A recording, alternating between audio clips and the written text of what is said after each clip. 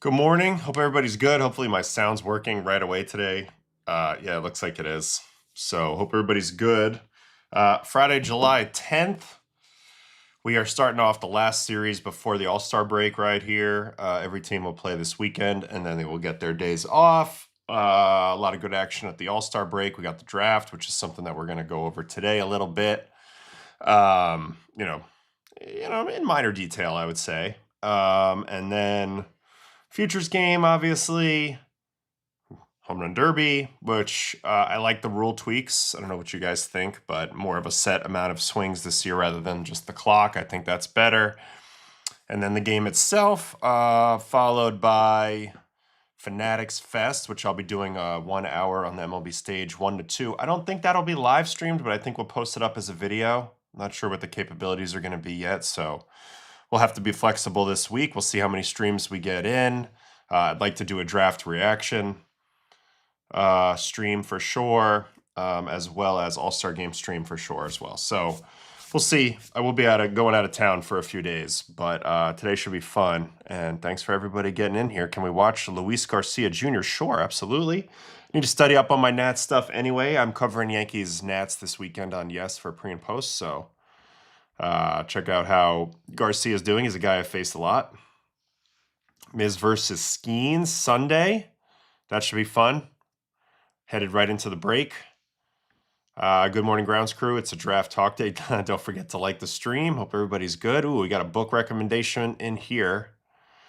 Christy Matheson's Pitching in a Pinch from 1912. It's amazing how much hasn't changed in baseball from the last century. Yeah, I could imagine that. I could imagine that being interesting for sure. I'm just trying to mess with my TikTok chat here for a second.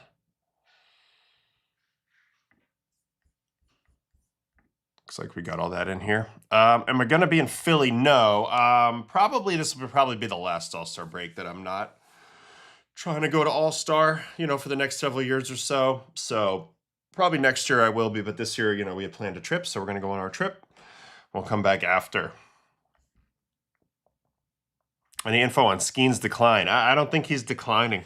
I think he's fine. I think his results were extremely out of the ordinary for the first 2 years. And I think that he'll have good results here in the second half. We watched his last couple starts. I mean, I'm not that worried about Paul Skeens. Let's see here. If you join the Discord, we'll be watching live and talking on there as well. Yep, for the draft and for the All-Star and all of that. Jake Bennett, we did a whole Jake Bennett segment yesterday. If you hop over to my YouTube channel, you can watch that. It's in the chapters of the stream. You can just cut right to it. What was it like headed into that weekend before the break? Good feeling to get a few days off? Yes, but it's one of those things where, you stress about it all the way until the game's over on Sunday. It's hard. It's hard not to have one foot in the All-Star break. You've been grinding now for, 3 and change months, plus spring training. This last week, I always say, is like an early dog days of summer. Everybody's tired, really, really want that break. But you got to try to run through the finish line before the break. I've had some games where I gave it up on a Sunday, and that did not give up a couple of runs on the Sunday before the break. That did not sit well with me. You want to go into the break with good mental health. So all that type of stuff. Email me, Eddie. Baseball and coffee the show at gmail.com. Do you think Scuba will go and where? I don't know yet. Tigers are actually kind of in it, which is what brings us to the start of the show always. Looking at the standings here.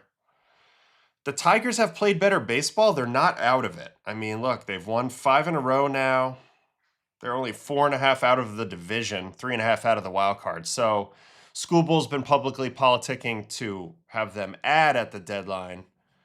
And I don't know. I don't have a really great sense for what they're going to do. There's a lot of metrics here that would lead them to believe that they should buy. I mean, they have the best run differential in their division, plus 23. So I'm not totally sure it's going to happen. I think there's a lot of teams that are going to be fooled into thinking they have a good team, and I'm not necessarily including Detroit in that. Maybe Minnesota could be a team like that. And And I think more teams are going to stay in it than will ultimately make the playoffs in the AL. So I don't think it's a slam dunk. We've been like kind of, and myself included, we've been just putting Scooble on different teams. I had him on the Braves weeks ago, but we don't know. We don't really know. We don't really know what's going to happen here.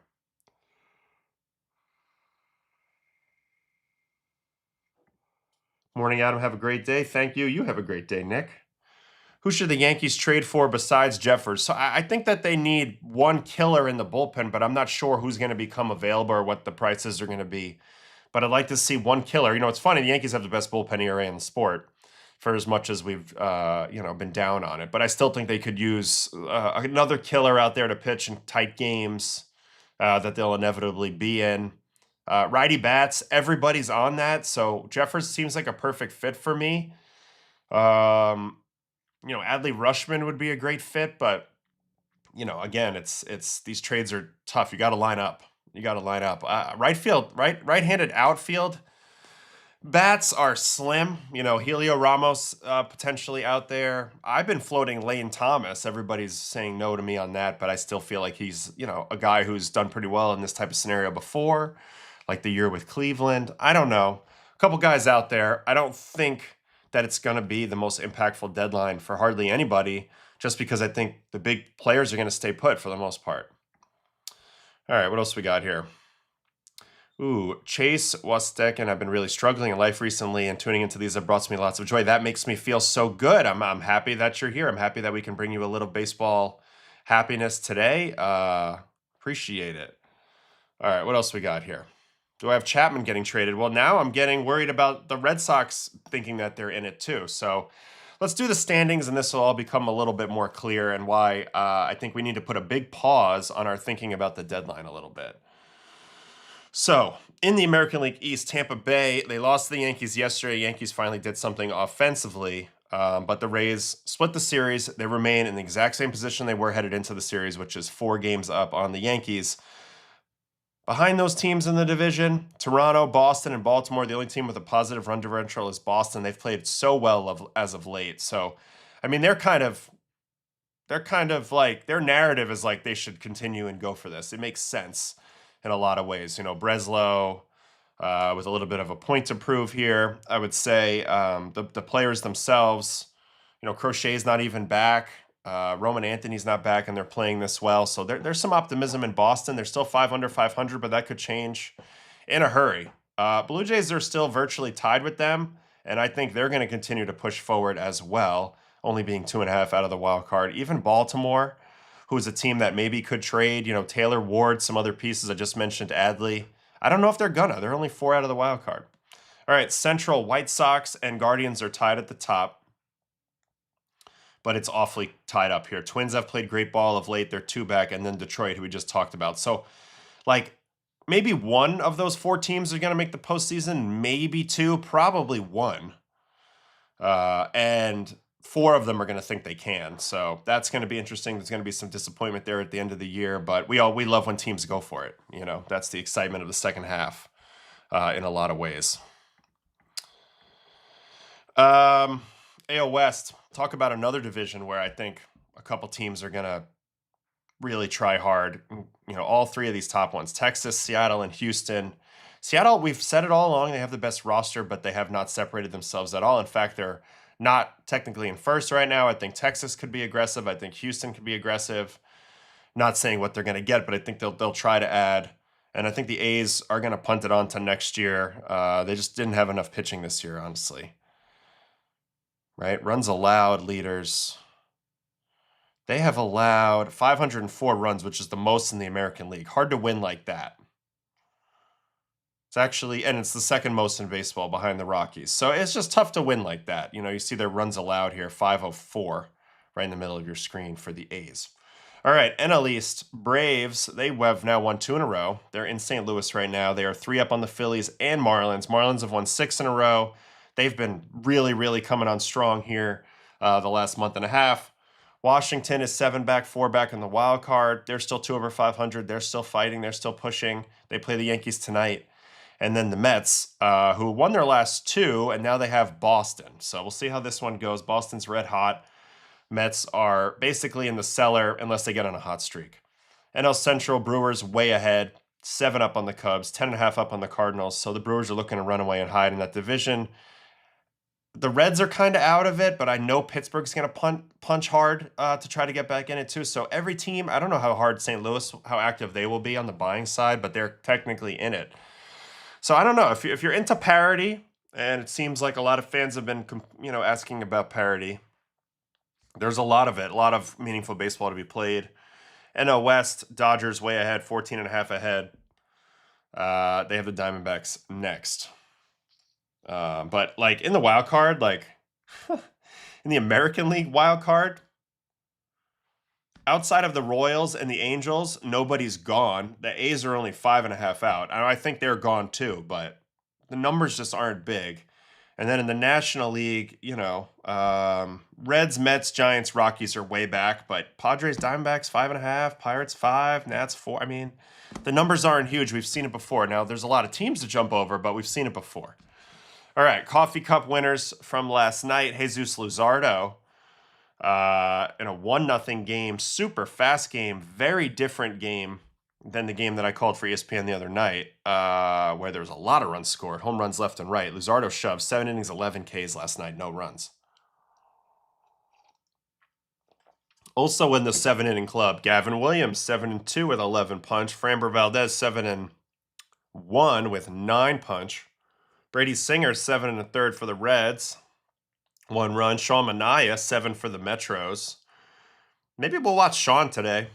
Merrill Kelly, 7-1 for the Diamondbacks. Those are your 7-inning club. As for the WPAs, Luzardo, Merrill Kelly, Yohan Duran with a clutch save in a 1-0 game against the Reds.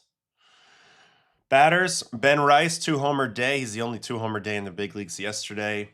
Yankees needed that performance from him. Yastrzemski, 1 for 3 with a home run and 4 RBIs. Jake Mangum, 4 for 5, home run, 3 RBIs.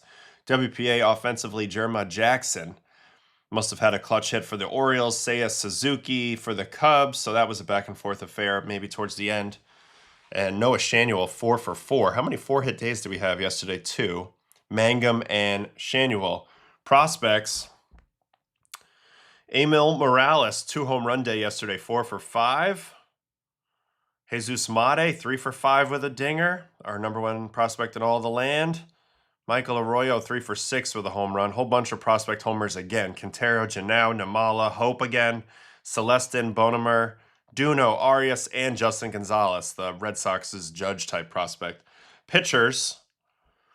Jonah Tong in AAA, 5 innings, 8 Ks, 4 runs. Logan Henderson in the big league level for the Brewers. So that's our Coffee Cup winners. Let me turn my attention to the chat. We're going to do some draft talk, and then we'll catch up on some pitchers in here.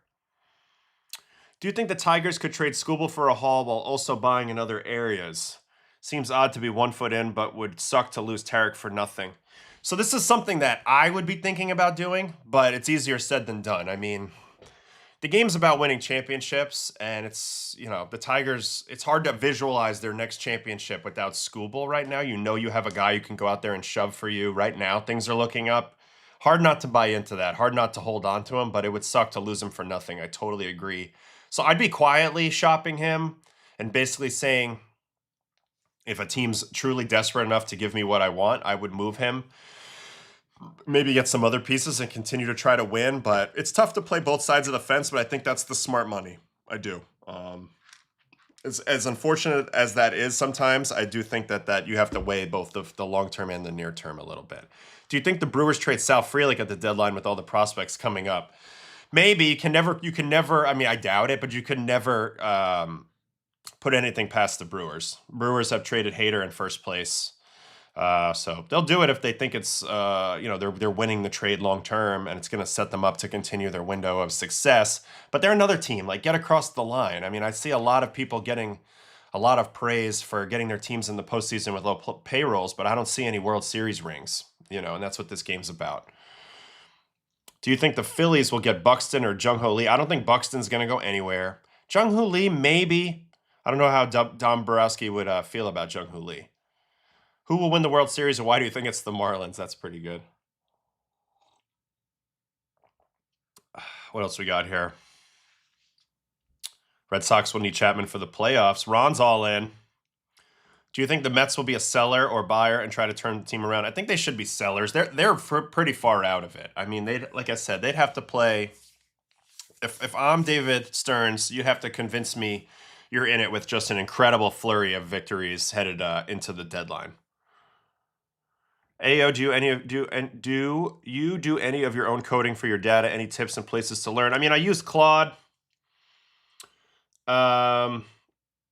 So it's not like I'm doing my own coding. I started trying to learn how to code a couple years ago with some sports science people from the Mets, and then they were basically like, in a few years, this is going to be useless for you. So just learn how to, get ahead on your prompts and your AI coding agents. So I used Cursor for a while. Now I use Claude, and I do a lot. I built a lot of cool stuff on that helps me not have to hire people or whatever, and basically help me with the show, all the shorts I make, the podcast, everything like that. But there's limitations there, of course. Like I want to do vlogs, but you can't have. I mean, Claude editing the vlogs is gonna suck. So I'm gonna have to edit that, and that's fine. But the tips are just experiment, right? Experiment around. All right, let me keep going in here. Yeah, you'll see me on Yes Today, Omar. Here's a good question. We're doing Q&A to start off the show today. Who was your favorite MLB teammate and who was the most impressive player you ever played with? I mean, I always answer the same way. DJ LeMahieu is probably my favorite MLB teammate. We played together for 9 years. Our careers were intertwined the whole way. We're close. So major league teammate, that's probably the answer. But that's not taken away. I had tons of great friends that I played with. Most impressive player I ever played with. Now, I've thought about this a lot. Listen, I played with Hall of Famer type guys on the mound and the batter's box. Position player wise, it's a short list, I guess. Most impressive, it's prime Nolan Arenado, Aaron Judge, Rafael Devers, 2021 with the bat, with the Red Sox, was one of the most impressive players I've ever played with. Lindor, very impressive as well. Albert Pujols, when I was a rookie. I'm going to give the nod to young Nolan just because I think defense, he separates himself on defense. He did some stuff on defense that I've never had another teammate do. So, I mean, all those guys rake, but in terms of like the defensive side of the ball and what a game changer he was and how cool it was to watch a one-of-one all-time defender, I'll give my answer as Nolan Arenado. All right. The AL standings read like a bunch of teams who realized they couldn't beat the Dodgers in the World Series, so I didn't bother making a team that was worth playoff worthy, but all the other teams had the same idea. Yeah.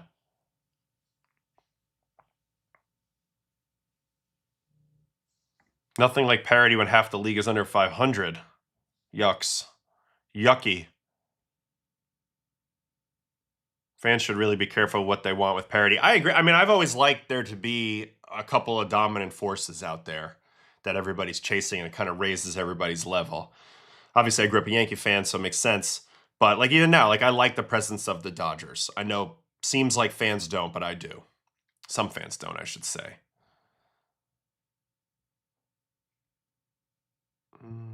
It's also too many playoff spots, in my opinion. You need to in my opinion, I like a tougher regular season where less teams make it to value the regular season a little bit more, especially August, September. But that's just my opinion.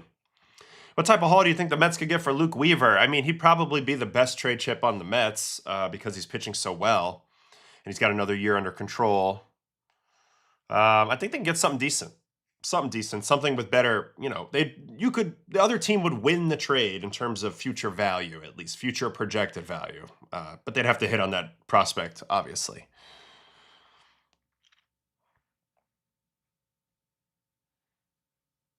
Yeah, I'm with you, Dan. That's what I keep looking at in the standing. And it's just I know how emotional this game can be inside the clubhouse. And it's going to be tough to tell a bunch of players, okay, you guys are 2.5 out, we're selling. 4 out, we're selling, Tough.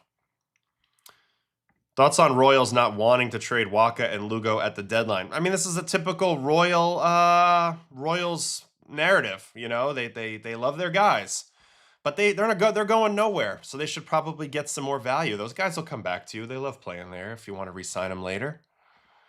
David Robertson stories. A couple things about D-Rob. Number one, he was another guy that I chased my whole career. He was kind of like the standard. I felt like in my generation of the top relief pitchers. you know, you got your Chapman, you got your Kimbrel, you got your Kenley Jansen tier. That's unassailable. That's the top tier. I think D-Rob is the next tier right there. I wanted to be in that tier. I felt like for a little while I was on his level, but the crazy thing is his longevity and dominance was just a cut above. Over 1,000 career strikeouts. One of the only, I think there's 16 or 17 guys with over 1,000 strikeouts in relief. He's a freak athlete that goes unnoticed a little bit. He's got like a gymnast body. Could still be pitching. Really hard worker, but also smart worker. Like didn't just kill himself to kill himself. Did smart things over time. Didn't study the batters much at all unless they had proven to him they could hit him from a past matchup. Just trusted his stuff and had great idea how it worked in the moment. His cutting, fastball, and curveball. He could make his curveball harder, slower. Just really good knack for punching guys out. Are you on Twitch? No, I've been thinking about it. Is it worth it to stream all three places? TikTok, YouTube, Twitch? Not sure. What's up, Maxfield Sports? Love watching you throughout your career. Who was your toughest Red Sox player to pitch against? You know, I had some good success against the Red Sox, I felt like, in my career. Rafael Devers was never a fun guy to face because you knew he was swinging, but I think he might have got a double off me, but I don't think there was no home runs, certainly, but also no strikeouts. That was a good battle. I thought Mookie Betts, I mean, I got him out most of the time. He did homer off me on a backed up cutter, but for the most part, I just I did a good job staying away against him. I was really brought there to pitch to JD Martinez, and that went pretty well for me overall. Xander, I did fine. Got a couple hits. I don't know.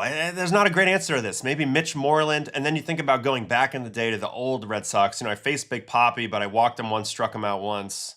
Pedroia. I mean, I was a good matchup against a lot of their righties. So I don't know. I had a good success against the Red Sox. Oof. AO in 2019, what's the biggest thing that you guys needed to do to win that didn't quite happen? Yeah, so this is the team that I thought I was on that was the best team that should have won the World Series, 2019 Yankees. Obviously, I have a little bit of a hand in making that not happen. I gave up a big home run in Game 2 to George Springer that tied the game.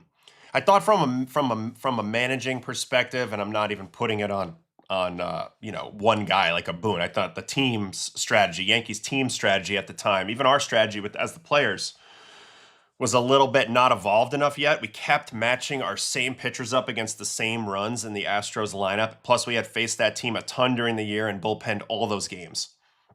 So I personally felt that it played out that I was a little bit overexposed versus the top of that order, Springer, Bregman, Altuve, those righties, and I thought we could have easily flip-flopped, say, like me and like Chad Green that year, or Tommy Kahnle or Britton or whatever into different matchups, and that might have helped us bullpen. I thought Domingo Germán's suspension that year really crushed our team. We needed one more pitcher in that series. He ends up going out, and he was really good that year, so that one really hurt. And you know, listen, we were one starting pitcher short too, so a little bit of bullpen strategy, a little bit of not having Domingo Germán, and I thought our starting rotation was good but not dominant that year. And we faced, you know, Verlander and Cole, who were 1-2 in the Cy Young that year in 2019. So it was a very evenly matched series. I thought we could have beaten them, but looking back on it, like I made a couple bad pitches, a couple guys, you know, Chapman made one bad pitch to Altuve there. It was a tight series, tighter than it ended up being a 6-game series, but I don't know. Tough question there. Were you in the building for Ichiro's 3,000th hit? Yes. He got it off my buddy Chris Russin, triple at Coors Field. I was definitely there. I was sitting right there in the bullpen. I remember it well. Ichiro is the man. How much harder is it to pitch with a Mets infield behind you compared with your Rockies infield with Nolan? Well, the Rockies infield was all time. You know, LeMahieu's like a Gold Glover at second, Story's Gold Glover caliber at short, or even Tulo when he was there, and Nolan's platinum. So, best infield I ever pitched in front of, clearly. But, you know, we had some good infielders with the Mets. Certainly, I always wanted the ball hit to Lindor, or, you know, even McNeil. So I'll say that. I'm so curious, can you give an MLB player perspective how the gosh dang Dodgers keep replacing players with better random players? Well, they develop a lot of them. Their player development seems to be on another level. So, a lot of teams complain about the Dodgers, but one thing that they don't realize is how good they are at producing their own players. So many great players have come and started with the Dodgers. Even players that got paid elsewhere, Seager, Jock Peterson. Really, there's a ton of them. So Nathan Eovaldi. They've always had good young players for whatever reason, and you just got to give them credit for that.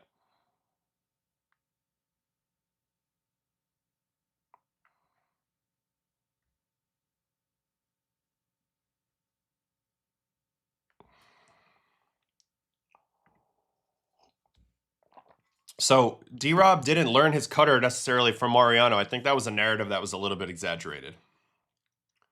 But if Mariano wasn't there, D-Rob would have been a closer, and then he would have probably gone to the Hall of Fame.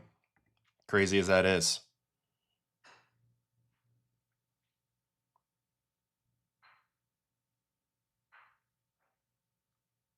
Thoughts on the Cardinals' plans for the deadline? Sell everything or just a little? I do think that they'll sell if they feel like it'll help them in the future. I think Heim will be disciplined with that.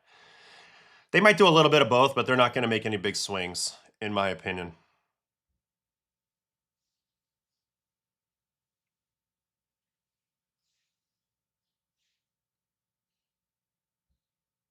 Okay, so this is the info on Twitter. On Twitch, I mean. All right. Do you think the Blue Jays still have a chance to the postseason? I do. I don't know what's going on with them. They just haven't found that consistency this year, but I still like them, and I think they'll still try. Thoughts on Mizorowski longevity with consistency throwing over 100? I'm not going to poo-poo his ability to pitch for a long time, but I don't think he'll consistently sit over 100 forever. Maybe a couple years. I'd be surprised if it was more than that, but there's always a first time for everything. Did you ever pitch against Manny Ramirez? Not in the big leagues, but in actually, I pitched in that spring training Northeastern versus Red Sox game, and I faced Manny then. Struck him out. He probably wasn't even swinging, but we'll take it. Agree about Nolan. From 15 to 19, I lived in a box besides third base at Coors. Seemed to like an opportunity. He was insane. And he was turning extra base hits into outs down the line with regularity. And he was dropping tanks. And he had great energy. He was just so cool as a young player for sure. All right, I'm going to skip ahead. We have so much stuff here in the dugout. In the chat, the dugout. Ayo, how many times have you gone to the postseason in your career? Seems like you've been on some good teams. I had a really good streak going. This is the guy who never won anything, but listen to my streak of postseason. So 17, 18, 19, 20, 21, 22, 6 in a row, then 23, no, and then 24, yes. So 7 postseasons, 7 of my last 8 years to the postseason.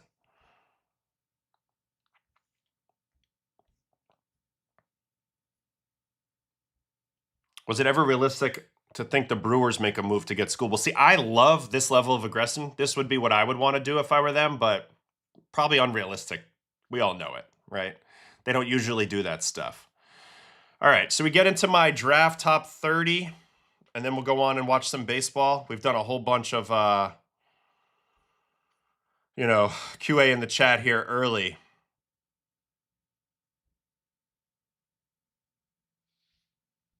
Hey, yo, I do. That's how I talk.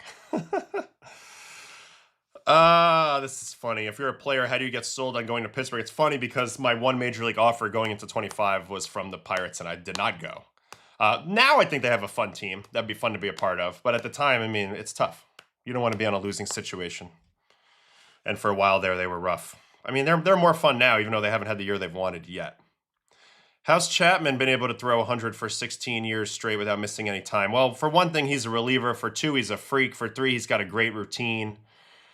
For 4, he doesn't throw 100 all the time. He's actually really smart about how he monitors his workload. Even in games early in season, he doesn't push it when he doesn't have to. You watch him. He'll be out there throwing 94 sometimes. But he's also, he's a freak of freaks. He's a freak of freaks. He really is. Ace Reese is literally the best at every hitting stat there is. The clear number 1 by a mile, Uncle Ted says. Yeah, Uncle Ted has been locked in on Ace Reese for a long, long time. Anyway, here is our Baseball and coffee. This is my list. Top 30 draft prospects. Carl, one of our biggest members of the grounds crew here. Me and him have been going back and forth a little bit on a Google Doc. He has his rankings in there as well. These are mine. I feel really good through 14. After that, it's just throwing stuff at the wall because I did not watch 200 prospects yet this year. I only watched about 50 or 60. But these are my top 30. And then we'll go ahead and look at some of the mocks that are out there, and we can chat about some of these players. So I resisted the urge to take Roch out of #1 spot. You know, I interviewed him at the draft combine. I don't think he's done anything to lose his #1 spot. I still think his floor is super high. Like, you know, he's going to be in the big leagues. He might not end up having the ceiling of a Grady Emerson. We don't know yet. Grady's got more time to develop. Might have a better swing. Bat's left-handed. I mean, there's a lot to like, but I'm not willing to make the move yet, taking Roch out of the #1 spot. Now, I have Vahn Lackey at #2 because I love catchers. So whenever I'm between two players, I'm usually going to push my catcher up a little bit higher because I think if you have a catcher that is elite, I think that's the most important thing you can have. So I have Vahn Lackey up high. He had an incredible year for Georgia Tech. Of course, if I was actually doing this for real, I'd get to know these guys a lot more, and I'd have a lot more than just, you know, an unfair 30, 40 minutes of video that I've done on all these top guys as my decision-making process, but this is where I'm at. Grady Emerson, #3, couldn't put him any lower than that. I put Drew Burris all the way up at #4, the outfielder from Georgia Tech. I just love him. I love his defense. I love his attitude. I think this guy's going to mash. I think he's going to be a strike zone dominator with the ABS system. I don't know, just something about his confidence when I talked to him really made me confident that this guy's going to do well. Gio Rojas is my top pitching prospect, left-hander out of high school. I just love the way he moves. I love his throw. I love the way he moves. You know, it's really that simple. Left-handed, love the way he moves, love his age. He's pitched at the highest levels of the high school circuit. I give him a great chance to, you know, develop into a stud. Tyler Bell, which is a shortstop from Kentucky, is actually not rated this high, but I like him a lot. Really steady guy, played in the SEC, and I put him slightly ahead of Jacob Lombard, who's a little bit more of an unknown with the bat, you know, coming out of high school, assuming he'll be really good on defense as well. He's got great footwork, good feet, brother, father, pipeline, all of that. Jackson Flores, the #1 pitching prospect out there. He'll probably move the quickest of this group. Him and my next guy, Cole Carlin, who I actually am in love with. I think he's got an incredible breaking ball. And I know he's going to be in the big leagues. Those two guys I know are going to be in the big leagues. I just don't know if they have the ceiling of a Gio Rojas. I like his delivery a little more athletic, a little more dynamic. I see a higher ceiling in Gio, but those are my two pitchers. Sawyer Stroh-Snyder, we watched. I'm way higher on him than others. I just really like his swing. Ryder Helfrich, there's another catcher. Ace Reese, we talked about in the chat. He had a great year at Mississippi State. He could be a beast. And then these two pitchers, these are the last two I'm really confident on. Hunter Dietz, had been injured, came back, had some good numbers this year. He's pretty nasty. And then Mason Edwards, unique enough where I know it's going to play. So a little bit further down, there's a lot of other interesting prospects here. You know, Fluky's been out the whole year, a lot of high school names. I pushed up a couple high school names that we scouted during the draft combine. Taj Marchand, James Clark, who was on my show. You know, I'm never going to shy away from... I'm never going to shy away from shortstop prospects with really good internal clocks and really athletic bodies who have done well on the circuit. Taj Marchand and James Clark are those guys for me. This has been an interesting player to scout. Chris Hakopian. Now, we watched him on Synergy a while back, so we'll pull up some Synergy stuff now. Ooh, I got to log back in. I don't remember my password. What's my password? I don't remember at all. Dang it. Let me go into my Synergy app. But we'll go take a look. That guy was talking about Chris Hakopian. Incredible contact rates at, I believe it's at Arkansas.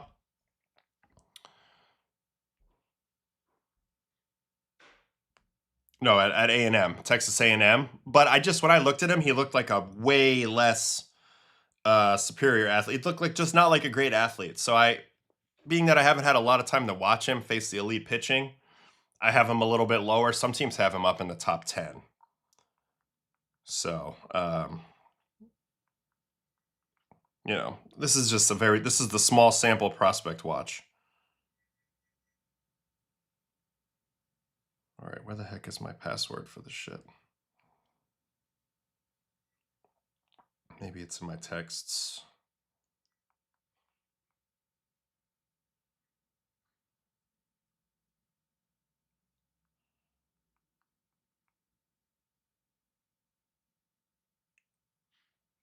Let me just try to sign in.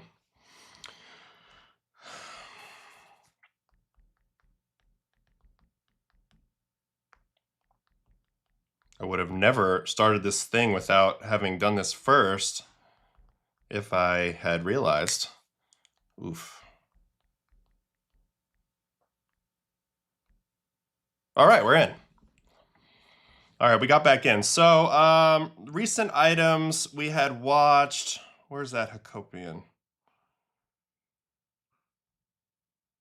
We watched a lot of these dudes this year. This has been fun. Yeah, all right. Here's Chris Hakopian.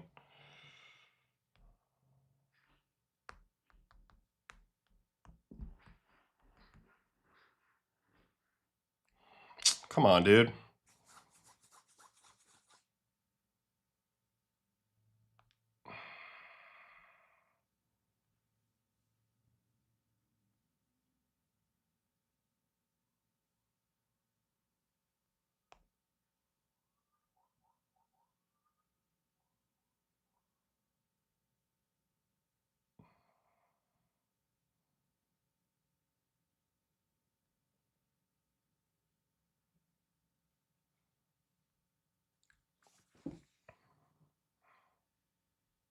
Maybe it's loading or something? I don't really know. What we got going on in here? I'd take Grady over Roch, but same principle, can move a different guy and stick Colson at short if you want. Yeah, a lot of people talking about drafting for need with the White Sox. I don't think you still don't think you do that. I still think you draft for best possible guy. This is so crazy. Why can't I get in to my synergy right now? All right. I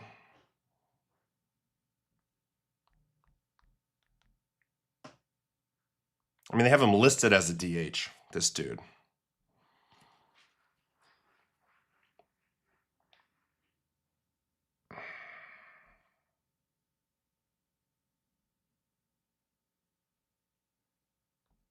So I know he had some injury issues this year, which probably zapped a little bit of the way he looked out there. But got to take best 1-1 available. Yeah, so I interviewed both Emerson and Roch. I was impressed with both of them. There's a reason why these guys are way up there. Not just their physical ability, they also control things extremely well in their brain. But I haven't seen enough, in my opinion, to think that Grady's clearly number one over Roch. Again, Roch I think is a little bit of a safer pick, but there's also plenty of ceiling there with Roch. So anyway, here's Hakopian. He's got an incredibly short swing. That's led to a ridiculously high contact rate. And that's, what they're saying is the thing, is his contact rate. I just don't want to draft a prospect on purely contact rate. You know what I mean? I don't love the swing. I don't think he's going to hit balls very hard. I think you'll be able to defense this guy a little bit, and that's why I'm a little bit lower on him than some others, but maybe I'm selling him short a little bit. Why wouldn't you draft for need if the college talent is being fast-tracked the way it is? I still think you overall want the best player. There's still so much unknown about these guys. Drafting for need, I don't know. Maybe it could be a tiebreaker, right? A tiebreaker with 2 and 2 prospects, but I don't think I would do it. Plus, you can move Roch to third. That would be okay. Like for the White Sox, Colson's already a perennial, thing.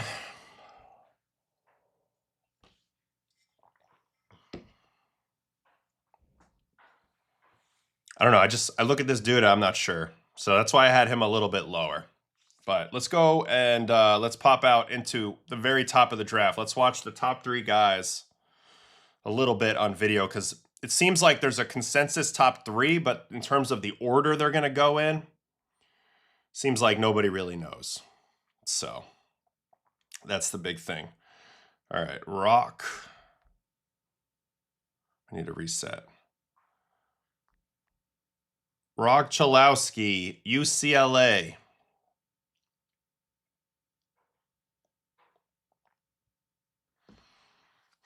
(2026) UCLA.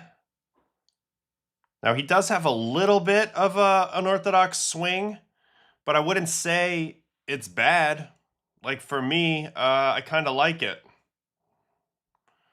You know, Byron Buxton, they would say has an unorthodox swing. But for me, there's a little bit of Sal Stewart in this swing, mixed with a little bit of Byron Buxton. There's a little bit of both, and both players that I just referenced are good players. So I'm not down on Roch at all. I think that all he's done is everything he's supposed to do. He came in with a lot of pressure this year, and all he did was deliver on it. So, I mean, if I'm the White Sox, obviously they have more information than me, but I wouldn't shy away from this guy at all. If you have to move him, you move him. I think you could do a lot worse than drafting Roch Cholowsky, who all he's done is dominate college baseball, you know, at the #1 spot. What do you got in here? Definitely a weird swing. It'll be interesting to see if he reaches MLB. Oh, he's definitely going to reach MLB. No, #1 draft picks out of college don't not reach the MLB. Roch will be up this season /playoffs if White Sox keep it up. Now, that could be a stretch. We'll have to see how he hits the ground running once he gets into, I would assume, high A or double A.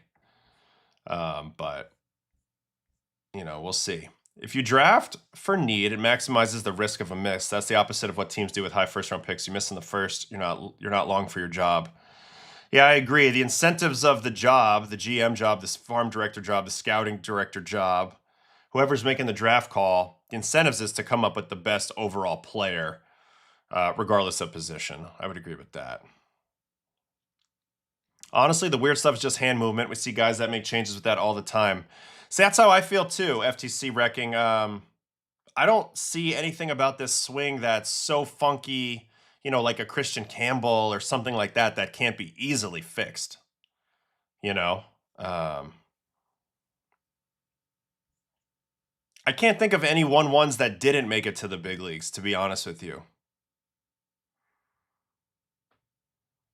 It's like 90% or higher.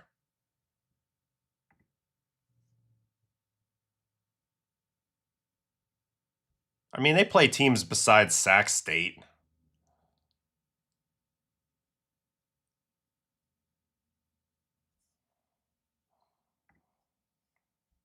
Looks like Dylan Cruz. Dylan Cruz was highly scouted. Dylan Cruz was a very high draft pick. But again, it's more so about how you react to the top pitcher. The top pitching, you know? So, I still think he's going to be a good player. I think he does a good job of not rolling over Uncle Ted. He keeps that bottom hand incredibly up through the ball. So I don't think he's like a huge rollover risk. Now we could be wrong, but you never know.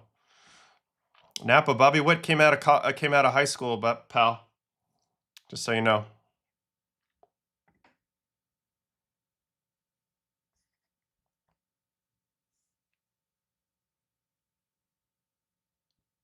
Grady Aiken.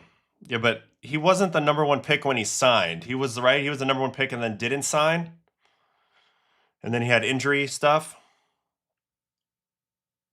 Brian Taylor, New York Yankees. Was he the #1? Was he the first pick of the draft? Obviously, he's a very famous prospect, but that's a long time ago, you know? Only 3 #1 picks all time didn't make it. Yeah. We've watched Jason. We like Jason a lot. I could have snuck him into the bottom half of the first round. I don't see a lot of separation between a guy like him and some of these other guys. I didn't put him in there, but I could have. He'll probably get picked in the second round or something. I mean, I think Roch does a good job just in general of reinforcing that bottom hand. I think that will play well. So I don't think he'll be a major rollover guy. Isn't there an argument that the Sox can take Lackey because they have infield and prospect depth? They also have catcher depth too, Vahn Lackey.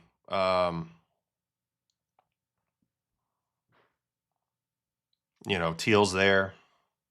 So if you're drafting for need, I don't know who you draft if you're the White Sox. Do you go to pitching if that's the case? You know? Romy Gonzalez type swing. I don't disagree with that. A little bit of a similar bottom hand. I would agree to Romy for sure. Nothing wrong with that. Romy bangs. He's Brandon Crawford 2 points slow. Yeah, but Brandon Crawford won 3 rings or whatever it is and was a Gold Glove shortstop. So you can play without being rocket ship fast. Of course, you'd rather be, but if your whole skill set is around speed, you won't have as much. Then you won't have as much longevity power because once your speed declines, half your game is gone or more. All right, so that's some looks at Roch at the plate. Let's go look at Vahn Lackey now.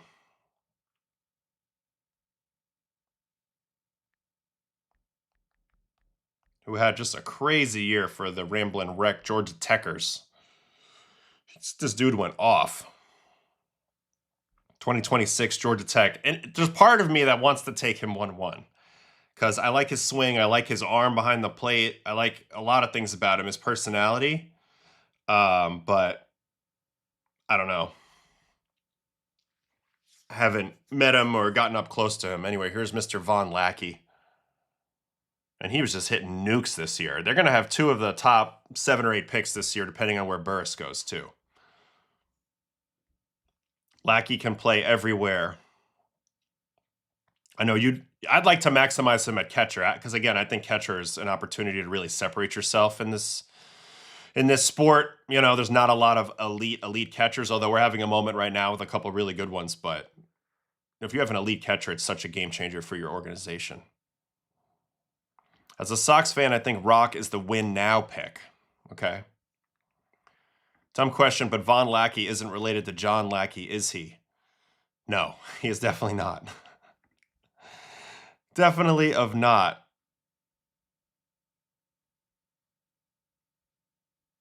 Steve Chilcott. That's right. I forgot about that name. Brady Aiken, Brian Taylor, and Steve Chilcott. Good call. Good call. What pitcher in this draft do you think has the potential to make it to the majors first? Probably Jackson Flora. Also Cole Carlin and my dude from SC as well. What's his name? Mason Edwards. Mason Edwards could be a fast mover too, because it's like a deception. It's a deception game. So I could see Mason Edwards getting up there pretty quickly. Cole Carlin's got a big league slider right now. He could do a good job with. Other than that, you know, some of them are a little bit project-y, actually, a little bit.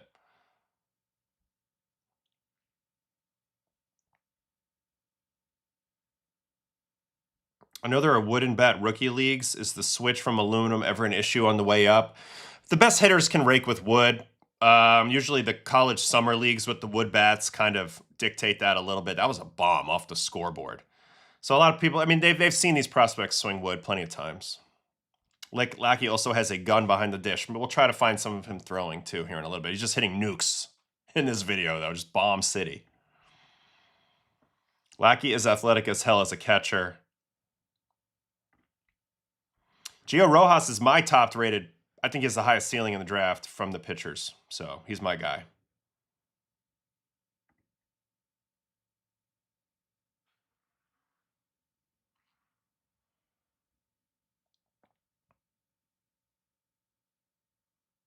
Uncle Ted is Ace Reese's #1 fan.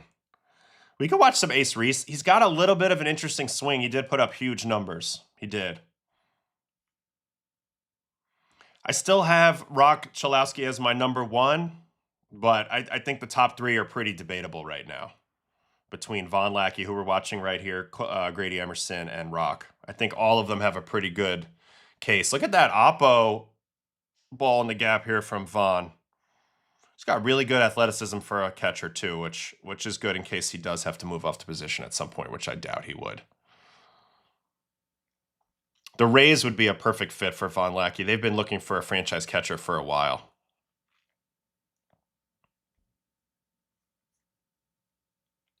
Catchers like this don't grow on trees, G says. He thinks Lackey should be the 1-1.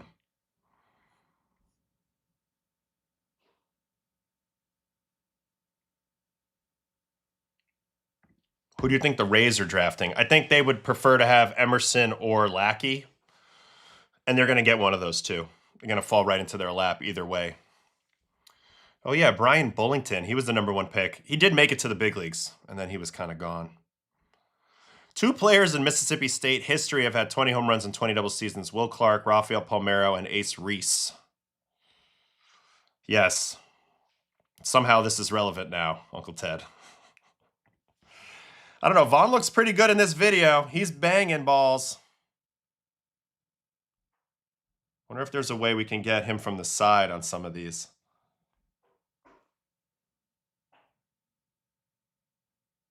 He's got a good swing, man. You got to be impressed with this kid. Rays has some decent catching in the system. I think either works. Yeah, it was Caden Bogenpohl with the huge exit velocities at the combine. Hitting him about 118, 119. Crazy. Thoughts on Liam Peterson? Good stuff. Results not as great as you'd like to see in Florida. I'm not the biggest fan on him, but he does have good stuff. I'm just not sure that he's an actual MLB starter, so I didn't put him very high.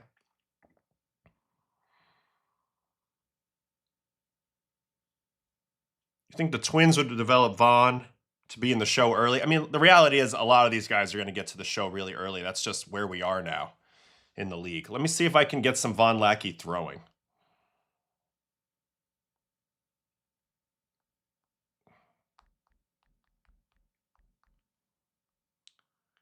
Vahn Lackey. Let's see if we can get him throwing a little bit, because this is another part of it.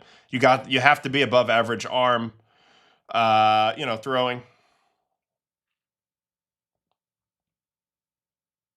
Let's see if I can figure this out once these all load.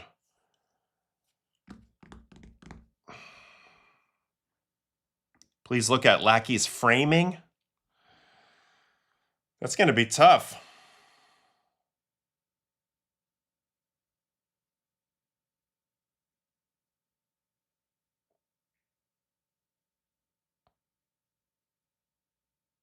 Caught stealing. All right, we have 4 caught stealings from Vaughn here. Maybe 6. Here we go. Ooh, a little sling with the sidearm sling. That's a very athletic throw. That was sick. See the next one. Oh, delayed steal. I was going to say, it didn't look like he was about to throw there, but he was on his toes for that. Oh, man, the throws look great. They look plus. I don't have a pop time, but they look plus. Right on the bag. Obviously, these are his good ones. Man, that was smooth.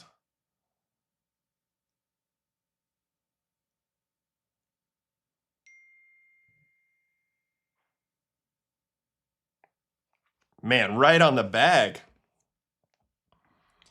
Let's go, guys. We need some more likes here in the chat on YouTube. Hit that button, baby. Help me out with the algorithm. We're on the push towards 12,000 subs now. We crossed the 11,000 mark yesterday.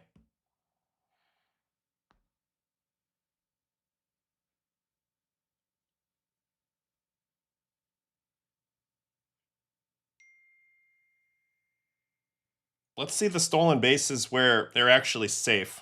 I know this is not typical, but let's watch him not throw some guys out. It's a good throw. Great jump by the base runner. I mean, he's quick and he's making good throws. That one didn't look like he got a lot of mustard on it, but I don't think he had a lot of time. Got some Ottavinos on the mound that are not making it easy for him. Oh, and that should have been an out, but the ball was dropped. His throws look pretty good.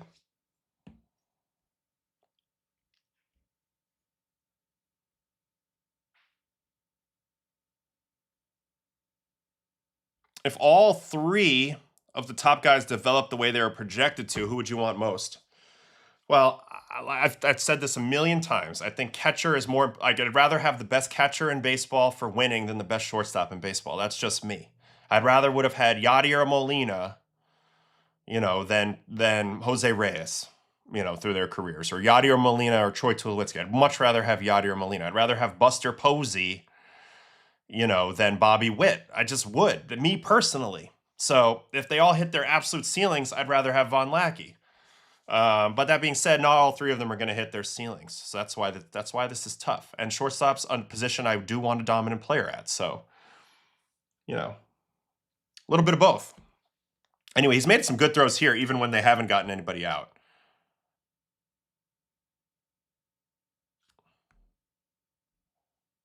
So anyway, that's a look at Vahn Lackey on both sides of the ball. He kind of banged. Here is Grady Emerson, if you haven't seen him yet. Watch him swing it a little bit. Tyler Bell, we'll look at him in a minute. Like him a lot. He's one of my highest rated guys. I have him inside the top 10. To me, he's my top college shortstop outside of Roch. Like him a lot. All right, do we have any 2026 stuff in here for Grady? Not really. We just have some 2025s. 2025 Team National, 2025 Canes National Team, Stars, apply. Just watch some swings from Grady Emerson here. Ball and play result, hits.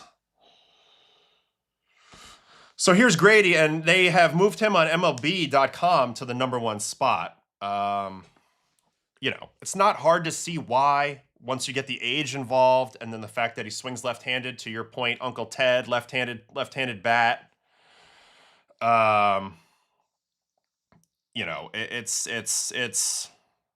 He's much more textbook. He's what you would expect to see. He's got a very playable swing.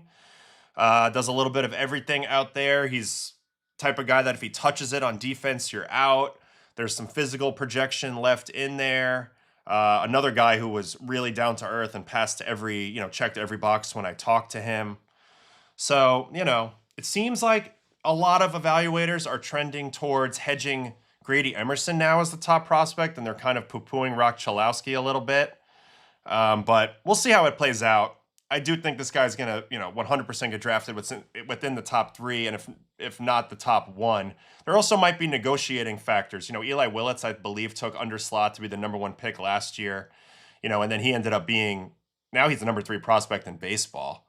So, I don't know. I think this guy's pretty good, man.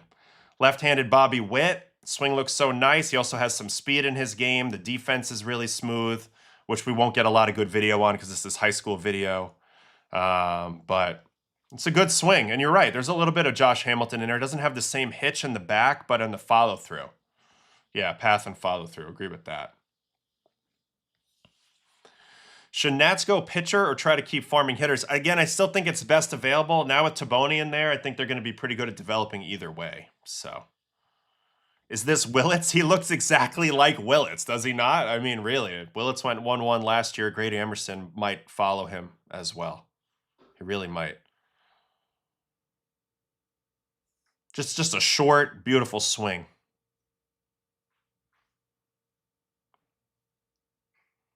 Yeah, the catcher at Georgia, Jackson, won the Golden Spikes. Ted, we know. I think he's going to sneak into the back half of the first round, honestly, because of his ability. Yeah, Tyler Bell I'll probably look at next.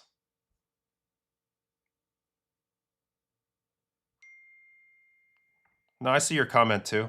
If you make a good comment, I talk about it.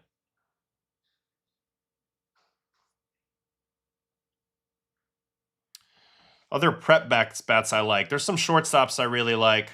Taj Marchand is one of them. All right, so that was some Grady Emerson Team USA swings. Let me recap where I'm at on my top 30 list. Some of the prep guys I really like. James Clark, who I talked to at the combine. He's got good contact rates, very good athlete. I have him at 23 right now. Also really like Jacob Lombard. Hard not to like Jacob Lombard. He's got the family pedigree. I think he's going to be a really good defender. He's a tremendous athlete. Couldn't put him ahead of Grady Emerson. Bats right-handed. Hasn't quite been as successful with the bat, but I think he's going to be a good player. Tyler Bell is somebody that I wanted to check in on real quick from Kentucky. He's been a guy that I've been into for a while. Of the young shortstop, of the college shortstops, I just like his package, the way he looks out there from both sides of the plate. The way his swing plays from the left side, he's got a little bit of uphill to it, but he controls it well. He just looks the part defensively as well. So let's watch Tyler Bell hit a little bit from Kentucky.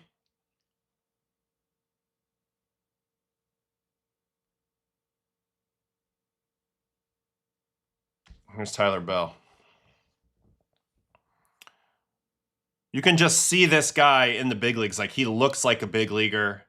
It is a little scoopy. He's going to get challenged with a lot of fastballs up, but I do think that he can make the adjustments on that. He faced, the best pitching college baseball has to offer on a not elite Kentucky team, and yet he did pretty damn well. He's also absolutely clobbers breaking balls, and he's smooth as silk on defense. This kid's really good. I was tempted to put him even higher, but I didn't want to be, I didn't want to step out of myself too much because I haven't watched enough video to be that convicted on it yet.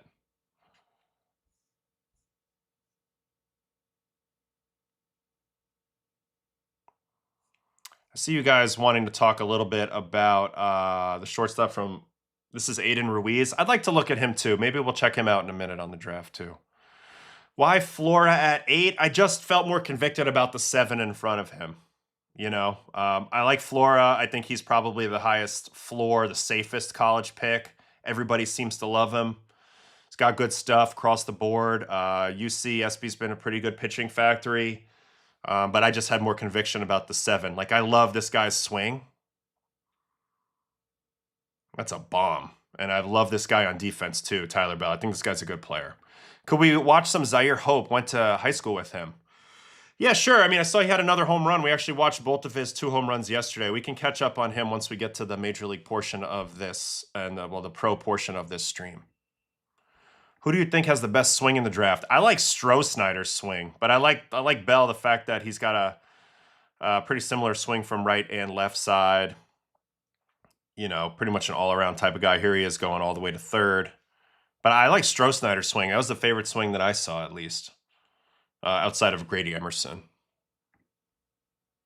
Yeah, Daniel Jackson to the Braves at 26. Get the Georgia boy into Atlanta. Maybe.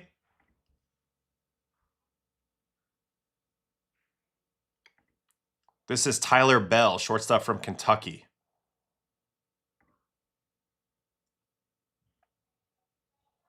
Cameron Flukie is easily top 5 if he was healthy this year. Probably, but I don't know. He feels like a little bit more of a thrower than a pitcher to me, so I wasn't as high on Cameron Flukie, although I do admit, guy looks like a bulldog out there, and that fastball plays, and the breaking balls are filthy. I'm all better. Are you all better? Yeah. Want to come say hi to everybody? No. Can I give you a hug? No, I'm fine.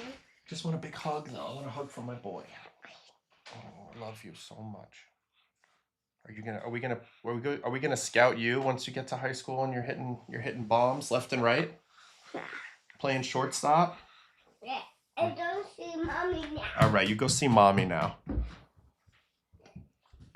Any switch hitters in the top 10? Just this one. Mr. Bell, who I'm into a lot, obviously, as we've talked about. All right, so there was a question about Aiden Ruiz. See if we can find him a little bit.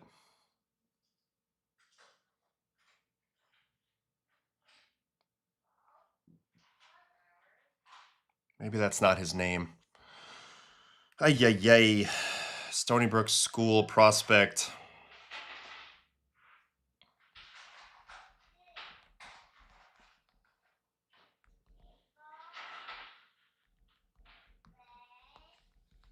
I think it's Aiden, right? Yeah, Aiden Ruiz. Aiden Ruiz. See if we can get him on Synergy at all.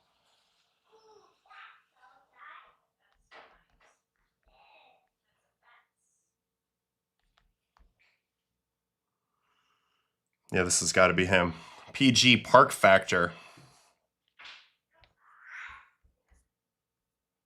Yeah, sorry. Okay, 2025 is the most recent stuff.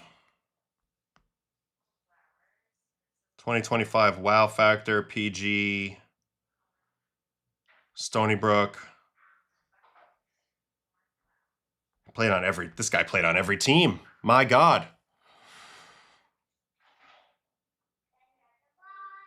Adam, what are your thoughts on the Miami Marlins right now? I think they're hot and they're good. They have some really good pitchers and they have some good young hitters and they're just an interesting team for sure. They're coming right now. All right, ball and play result, all hits. So 41 hits from Aiden. I know Ruiz's defense is a big part of him, but let's check him out at the plate here. Here he is.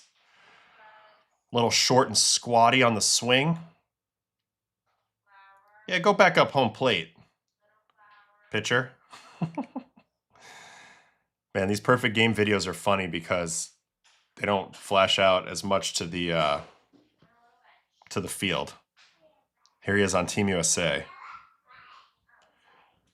Little short, slappy guy. Ruiz went off on my staff that had guys throwing 94. I mean, it looks like this is going to be a contact rate, spray the ball over the field type of hitter, not very tall. So it's like a, are we just talking like a Jimenez here from the Blue Jays? I know he's projected to go late in the first round, but what are your thoughts on Landon Tomei? I watched him a little bit at the draft combine. I was intrigued, but can't say I have enough video to have a great opinion on that. How tall is Ruiz? Good question. I'm going to look at some of the mocks here in a minute, too.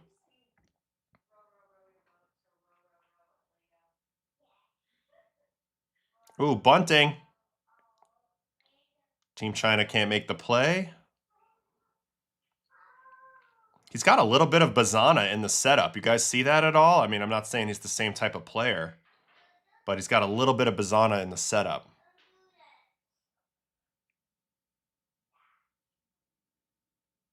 We just didn't see Cameron Fluky pitch at all this year. I still have him in my top 30, but just didn't see what he got better at this year, you know? Yeah, I was at the combine.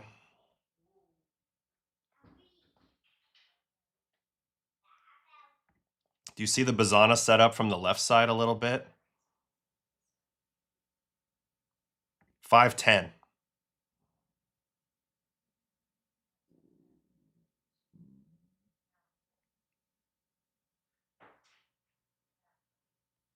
This isn't even the Dugout app. This is a Synergy app.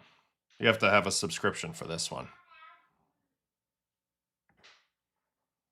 That's how I get these high school kids.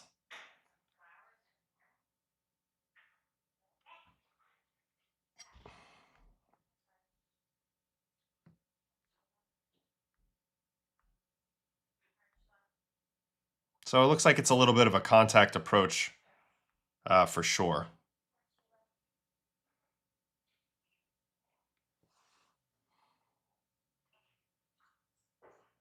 So maybe like a Jimenez type of player, maybe a Lindor if he were to like really develop into everything. But that's what you're looking at. You're looking at a short, middle infielder, defensive type of guy, switch hitter, contact. Definitely a Bazana setup with that super deep crouch. Good bat to ball skill type of player. Aiden Ruiz. Let me see if I can find any defense on this guy.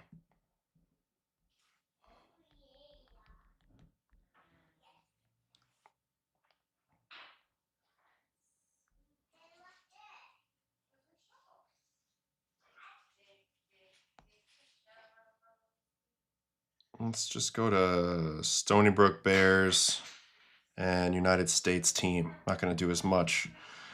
Ball and play type. We need a ground ball. 27 of those. We also need a much different. Wow, that's Coleman Borthwick pitching. That's hilarious. My guy that I interviewed. Just an absolute donkey. All right, we need this on broadcast camera. All right, let's watch him field a couple grounders here. Coleman Borthwick. What a monster. All right, here comes Ruiz. Backhand. Ooh, that looks silky right there. I have a feeling that the defense is going to be plus, plus, plus. That's what all the reports have said, so I'm excited to watch it here. Come get it, Aiden. Oh yeah. See that? Throwing that off the right foot. Coco Crispish, Brian Rocchio. Silky. He is silky. Oh man. Oh man, this guy looks nice. I wonder who's a better fielder, him or Jacob Lombard. Who would he play for? Whoever drafts him, I guess. Where's Aiden Ruiz's college commitment? Do we know? There's the double play. I mean, he's playing shortstop for Team USA. That's a pretty good thing. Lombard or him? I'll watch Lombard's defense next. Jacob Lombard, and we'll do a little head-to-head. Vanderbilt? So yeah, he's gonna have to get drafted where he wants, and obviously the money's so big now. He'll probably sign, but we'll see. Oh yeah, we watched Justin LeBron as well. This USA team is just all... He's got a good arm too, Ruiz. Damn. This USA team has all the studs. This is Carson Boleman, who I have in my top 30 that's pitching here. We just watched Borthwick. Emerson, all these dudes were on the same team together. It's crazy.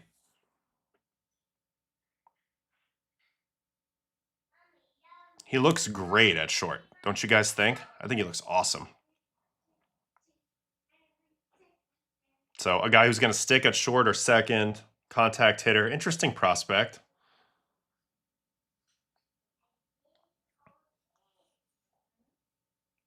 Yeah, Rocco Maniscalco also, you're right. He did show a sick cannon in the draft combine. You know, I've been thinking about doing some vlogs of watching prospects. Maybe me and Carl could tag team in the future. Go actually visit some prospects in the area. Do some scouting. That'd be fun. Ooh, backhand dive piece. Didn't get to that one. Quick release, not the arm talent, but reminds me of Mason Wynn on defense. Eric says Aiden is a top 5 player in this draft. I think his offensive upside is what holds him down on the draft board. I think defensively there's no doubts, and I think a lot of people know that he can, you know, compete with anybody with his contact rates and stuff. So that was Aiden Ruiz. Let's backtrack a little bit here and let's look for Jacob Lombard. I want to watch him on defense, who I have rated higher, a little bit more of a hitting upside, different type, a little bit different body rig on this guy. All right, 2026 United States. Let's see if we can get him. Ball and play type ground ball. All right, here's Jacob Lombard coming here. Yeah, that's the thing. Not a lot of pop at the plate. All right, so now we gotta get the view back. Broadcast view, ground balls for Jacob Lombard. All right, so obviously Ruiz is pretty good because he pushed Lombard off of short at times. There's Lombard playing second base on a play he can't make. That's a hell of a middle infield, though. Ruiz and Lombard up the middle. That's sick.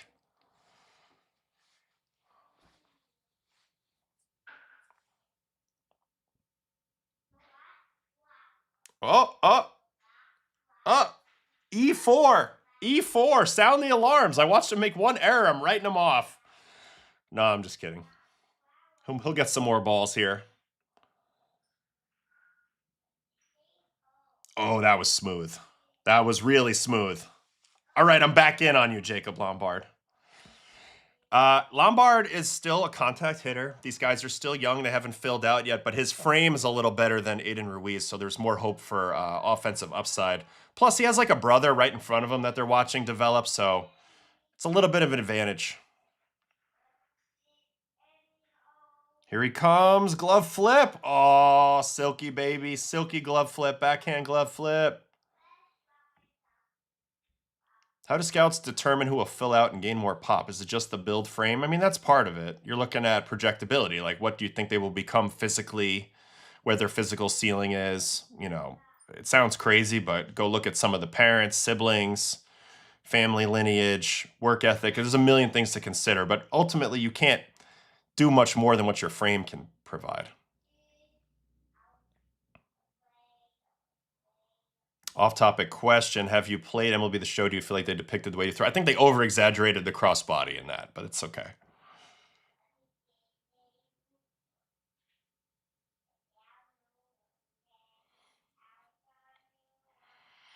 I like Lombard's frame, though. Also, like, with some of these baseball families, like, you just know he's going to be all right.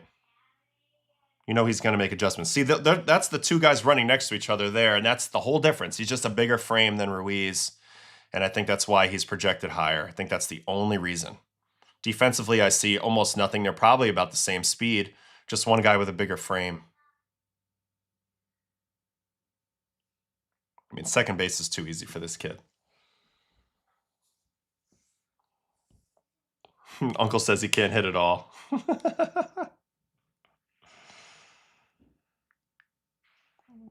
That was a bad throw. I think the swing matters, but I also think, like, and one thing that bothers me a lot is now that we can measure everything and they're going to go look at swing path, it's like people can change that. Players can adjust. So that always bugs me a little bit, you know, in terms of saying, oh, this is what he is now. He can never be anything else.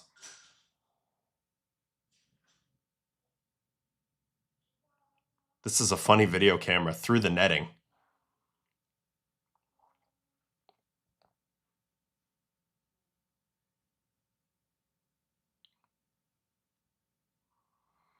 Wonder who they had playing third. I mean, wasn't James Clark on this team too? I mean, they had so many guys that they had to move shortstops all around the field for Team USA.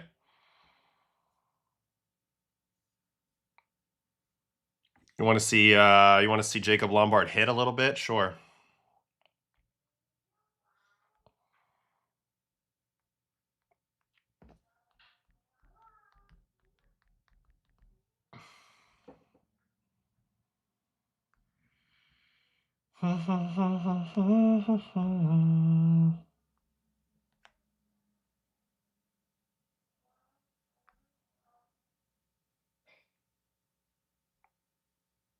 It's only 5 hits here, but you got a couple swings.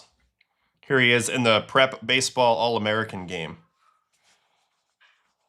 Pretty tall setup. Pretty quick in and out.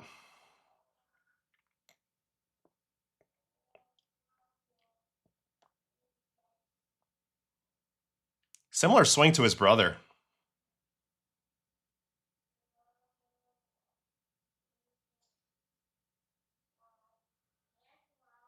Actually, not that far off from Roch Cholowsky, if we're being honest. A little bit different, but a similar tall setup. Yeah, this is Lombard.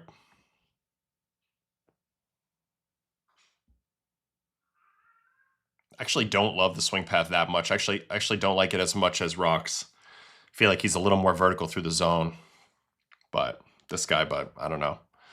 This is Lombard, Jacob Lombard. George Lombard Jr.'s younger brother.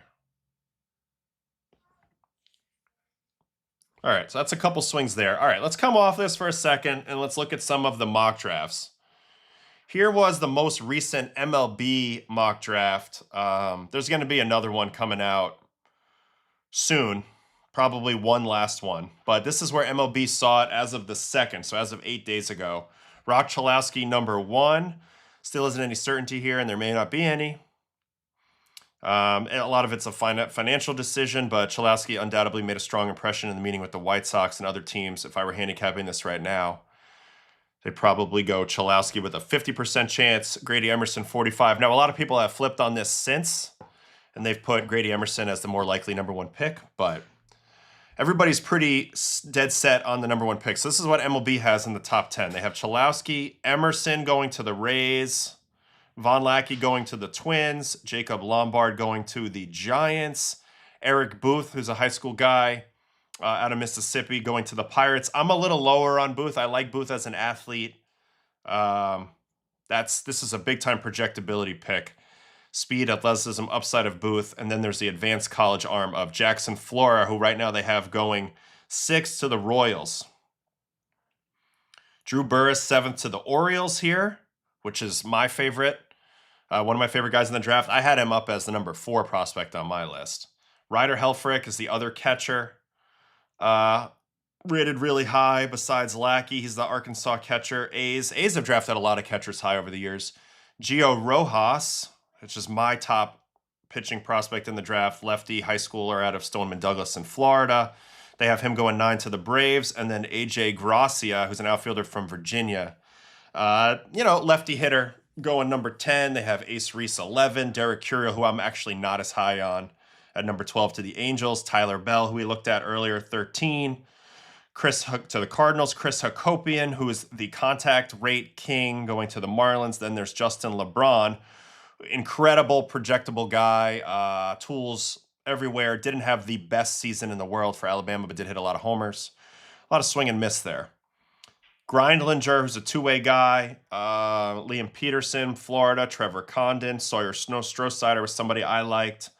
Hunter Dietz is somebody I liked as well. Carson Boleman had him in my top 30. They have Aiden Ruiz here, 22 to the Tigers. Cameron Flukie, who was hurt most of this year. Tegan Coons, who I'm not as high on as the others.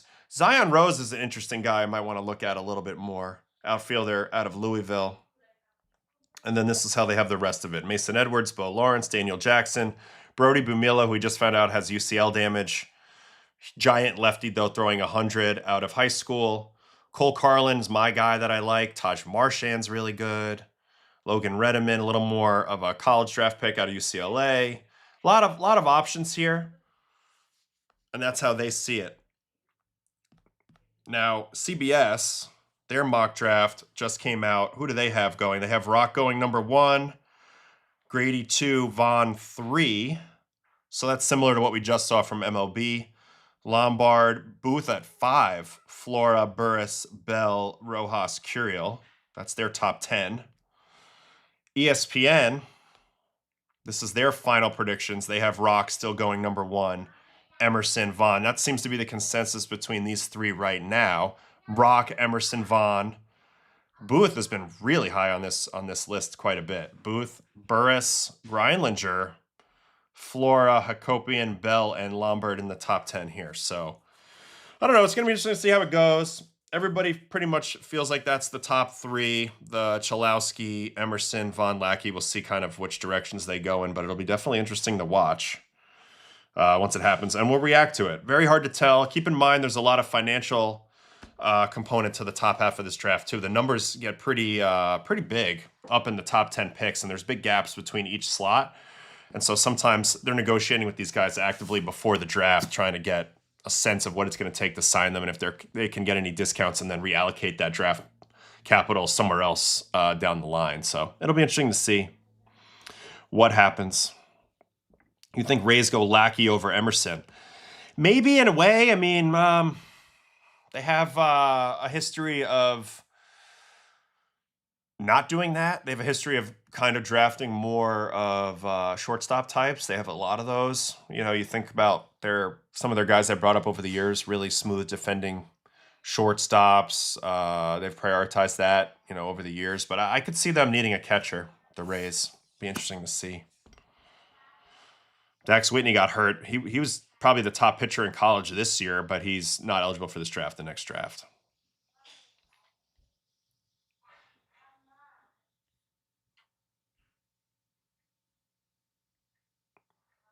Taj Marchand. Like Taj Marchand a lot. I compared his swing to Cal Ripken. You want to see a little Taj Marchand swings?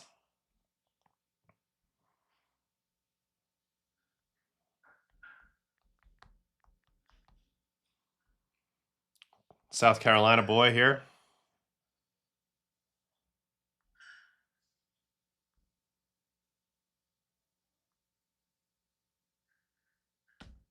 Check out 5 swings from Taj Marchand. I compared his swing to Cal Ripken.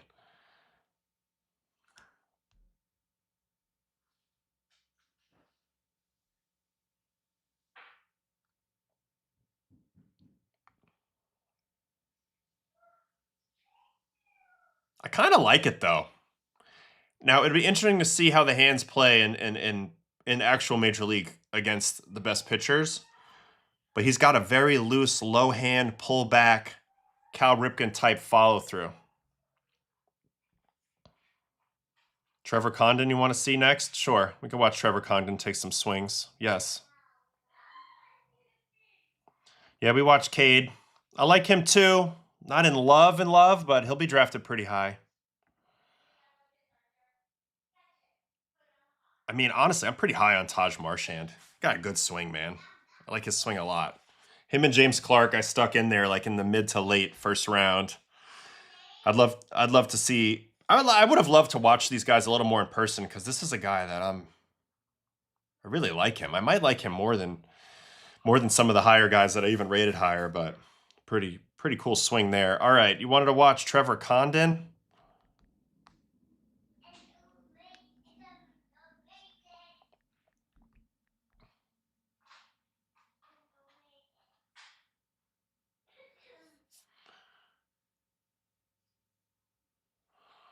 Here's Trevor Condon at the plate.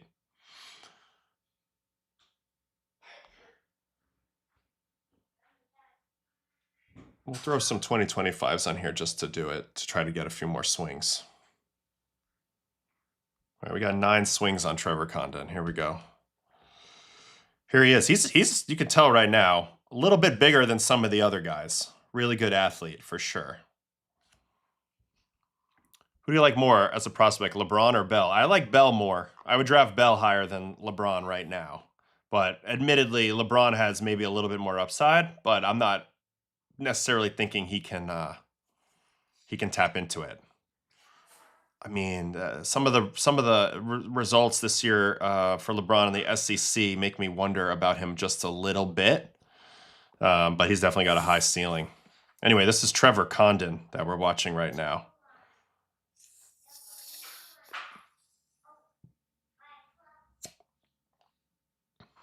Looking like Max Clark up there with the Tigers jersey. I don't know about that swing, man. I don't know.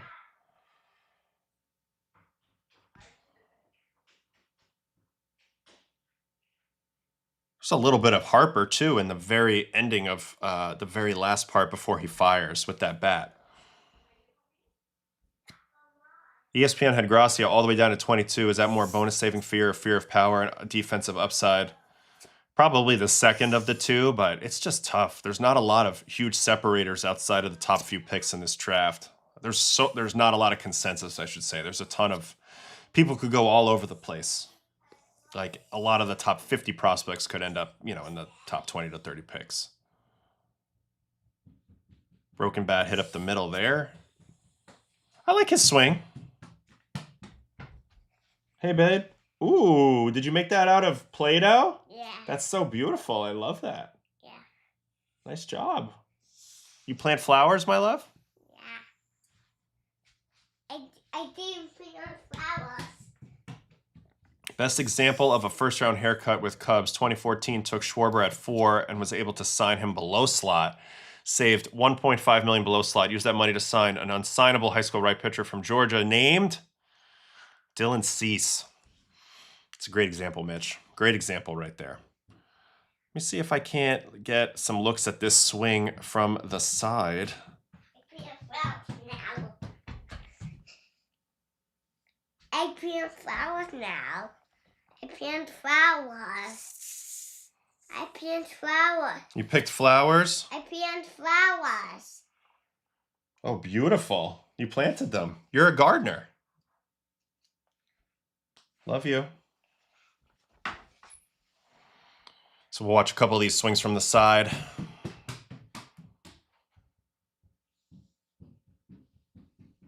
I don't like how he stops his motion. Like he gets into his load and then he completely freezes. So I don't think so. Could you guys throw some thumbs up for me? We got 73 people watching here, only 40 likes. Appreciate a few more likes for the algorithm. All you got to do is click that thumbs up button for me. This is Trevor Condon. We just watched him from the front. I wanted to watch some of his swings from the side. Anyway, that's Trevor Condon. It's going to be interesting to see what happens with the draft. Million players to watch. James Clark was somebody that I watched a little bit at the talked to at the draft combine.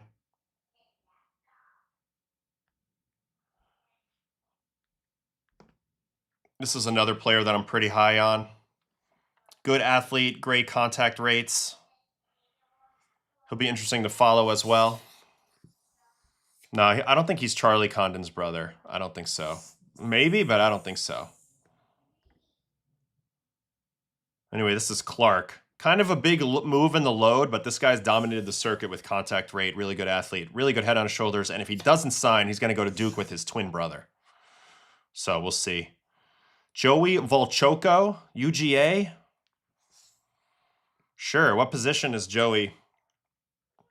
Is he a high prospect, I wonder? I'll look at him in a minute. And then I think we'll look at some Major League stuff and we'll shut it down. Pitcher. Joey Volchko. Clark gives a little bit of Tamar Johnson. Got you. He is Charlie Condon's little brother? I didn't know that. That's awesome. A little baseball fam action there. Anyway, that was James Clark from the side. All right, so we want to look at it. You say we want to look at a pitcher. How do I spell this guy's name? Joey V-O. There it is. Volchko. Apply. University of Georgia Bulldogs. Pitch result. Swinging strike. Let's do swinging strikes. Oh, yeah, I saw this guy probably pitch in the College World Series. That's 96 with some cut on it right there. They are not brothers. Man, you guys are killing me. Brothers, no brothers, I don't know. Volchko has some Syndergaard comps. Based on what? Just being really tall? Oh, that's a nice banger. Big time curveball right there.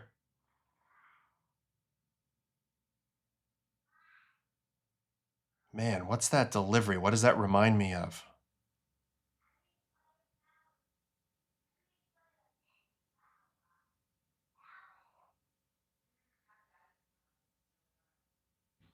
Curveball over the top. I'm trying to think what that delivery is that this reminds me of.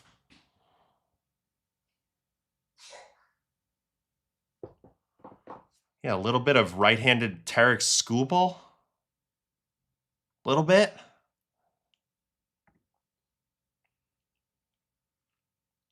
So he definitely changes his arm slot. He was a lot lower on that sweeper than he was on the curveball. But again, I don't have a problem with that. You know what it is? There's a little bit of Archie Bradley. Archie Bradley and his That's for and his leg kick. Oh, this is beautiful. She's gonna love that. She's gonna love that. You getting excited to give that to her? Yeah. That's so amazing. Yeah, I have some Archie Bradley comp in the leg kick. It's almost the same. And then he definitely drops down on that sweeper. So that's interesting. Over the top more on the curveball, a little bit lower on the sweeper. Wonder if he does that with his fastball and slider. That's a nasty breaking ball at 87 with a little bit of left turn. Similar pitch shapes to Gabe Hughes, who made his debut not too long ago for the Rockies. Trevor Condon is not Charlie Condon's little brother. See, that's what I said the first time. Then people in the chat said that was wrong. And now I just have no idea. Yeah, to me, he looks like Archie Bradley. With a sweeper, though. Pretty good sweeper. So, I mean, I'm liking what I'm seeing right now. But again, this is a super small sample size. So it's not like I'm going to be able to sit here and give you any guarantees.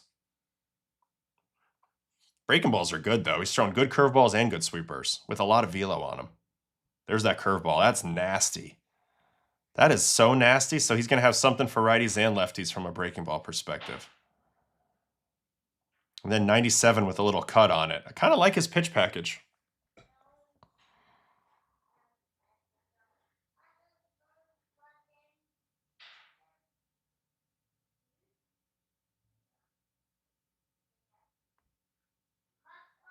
Do you have issues with guys changing slots being too predictable as they move up in the system, or does it not matter much to me?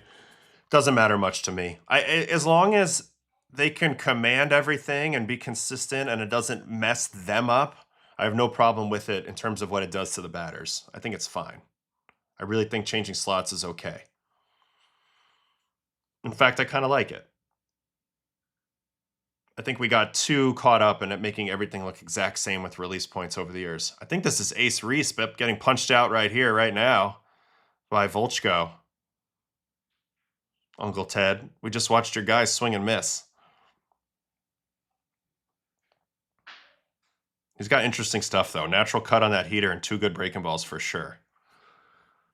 So I like him. That breaking ball's really good right there, though. 88, a little bit of a sweeper to it with a little bit of the low slot. Oh, fired up.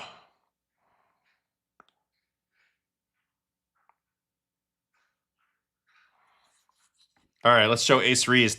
Let's show Ace Reese for Uncle Ted. Uncle Ted's #1 player in the draft. By far, he says. He says it's not even close. Is Mr. Ace Reese of the Mississippi State Baseball Club. Here he is, Ace Reese. Bat and ball in play results, 60, 82 hits. 82 hits on this guy.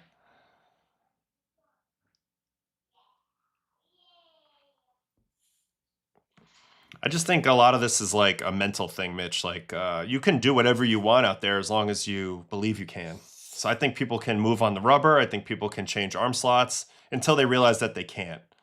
But for me, I don't have a problem with doing it if it's natural to you and you're good at doing it. I wouldn't try to do it if you can't throw strikes out of one slot. Anyway, that was an absolute bomb right there. That went way back. That went way back. This is against Georgia. He's smashing these balls. Super regionals. You like this swing? I'm not sure about the swing yet. There's something that feels different about it. Maybe a little bit Dylan Beavers-ish. I see a lot of rolling over in his future. I do. Not sure. But I got to watch more of it. Obviously, these are all hits. He's got some easy pop. Like, that ball went way back, and you wouldn't think he could. Uncle Ted says Josh Hamilton.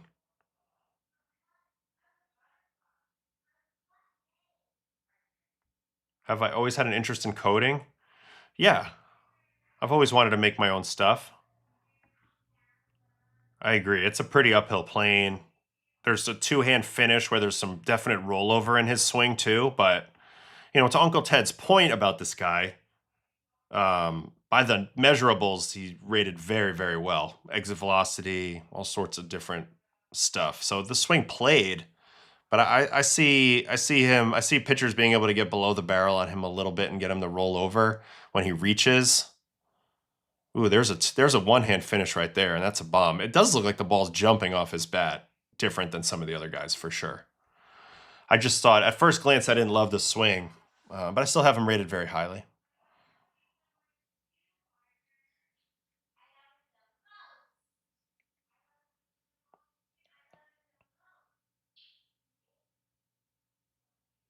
Always with the shades. How's Ace Reese defensively? Good? Average? I don't know. Is this happening tonight? Muneteka is back today?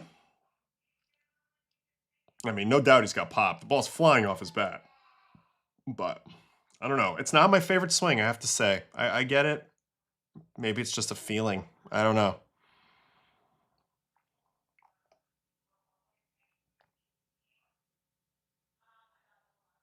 That's gone, huh? The ball's definitely just shooting off his bat. Crazy, though. No doubt about that. What's this mean? Did I clock it or something? I see my daughter saying that sometimes. Little slash the other way.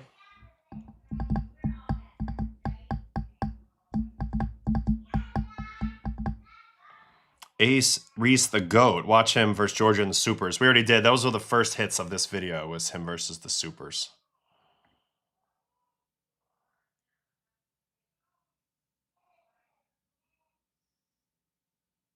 A lot of prospects to watch. Probably not going to get to any Major League stuff, it feels like now. That's going to be an Oppo Taco, huh? Damn.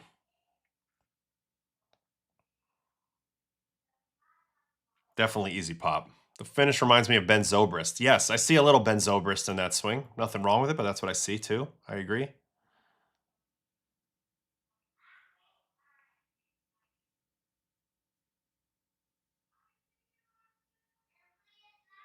Yeah, I know. His stats in the SEC were crazy. I think you're probably about to post them. But yeah, I know. Stats-wise, he was great. I get it. That's a nice stroke the other way. Taking what you're given.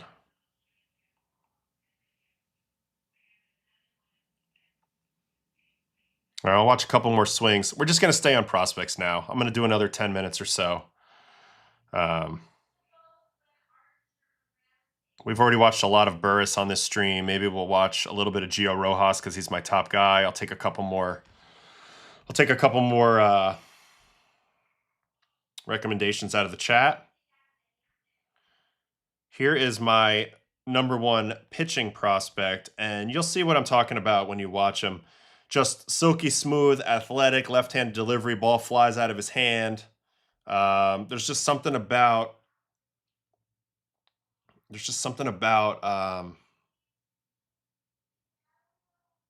this dude's delivery and athleticism that really has caught my eye. So here's Gio Rojas. I mean, this ball just flies out of dude's hand effortlessly, smooth. He's got a sense of the strike zone. I like him a lot. The clock at finger clapping is from Drag Queen Culture. Oh, sick. Nice. So Ace Reese led the SEC conference in home runs, OPS, RBIs, doubles, and hits. What about Jackson, though, that won the Golden Spikes? He didn't have any of those? Yeah, we can watch him. Just remind me of his name again. Caden something. I'll find him.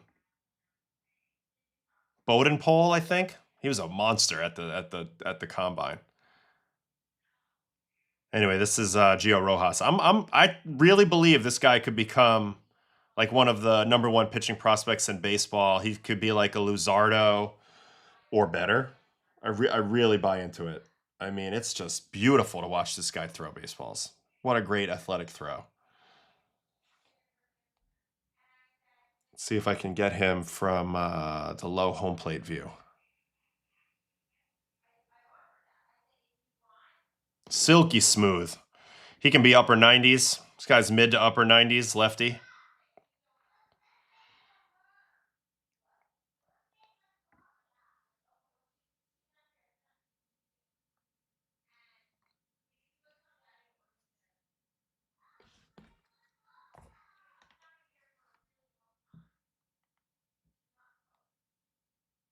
I'll order it.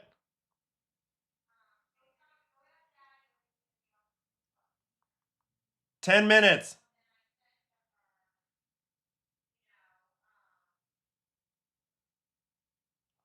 So anyway, I really like his throw.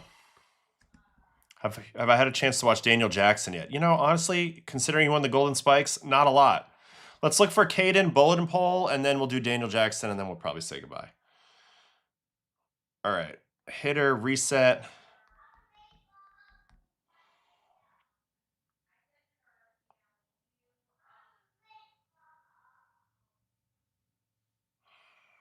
That's not right.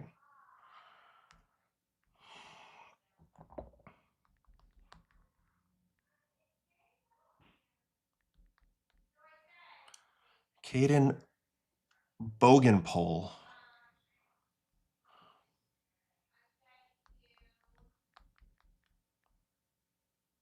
There he is. Another Mississippi State guy. This guy bangs. Huge exit velos.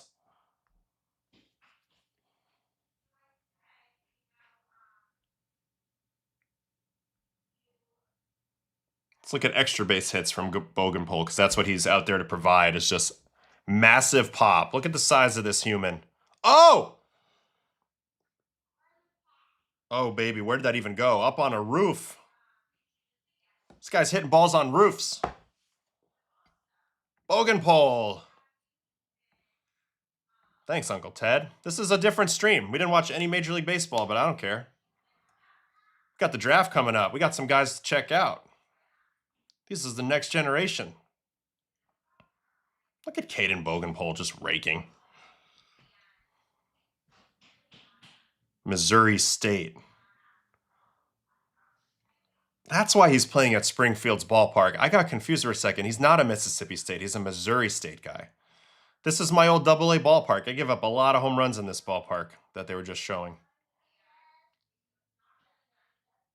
Ooh, yeah, Rocco Maniscalco. There's so many guys to look at. Bryce Harper level violence in this swing. O'Neal Cruz levels of violence. He does got a lot of violence in the swing. Ooh, I'll ask my wife. Hey, Brett, there's a question in the chat for you. There's a question in the chat for you. Do you know a Nikki Shevitz? Yeah, somebody wrote in and said, do you know a Nikki Shevitz who went to your wife in college or something?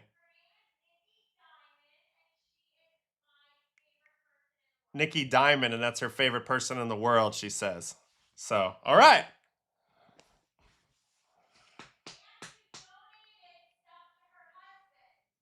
Oh.